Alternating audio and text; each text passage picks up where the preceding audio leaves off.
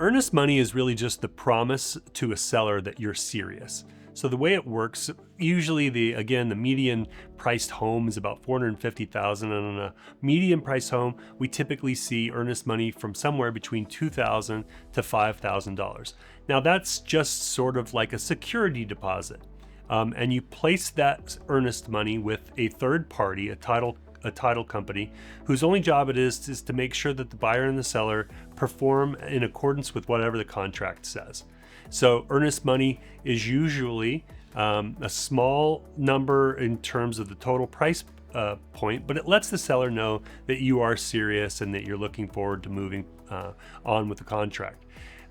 Earnest money is forgivable for lots of things in a contract typically.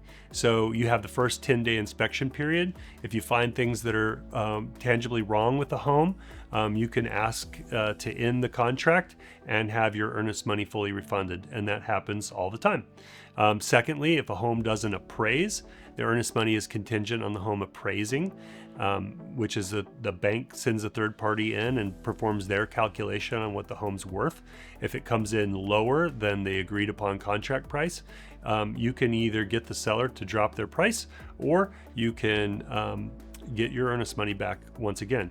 And the last thing that loans or earnest money is usually contingent on is the financing in general. So you can get all the way to the end of the contract, and if for some reason your loan doesn't go through, oftentimes if your agent writes the contract properly, they can get you out of the contract by not having a satisfied loan contingency and get your earnest money back.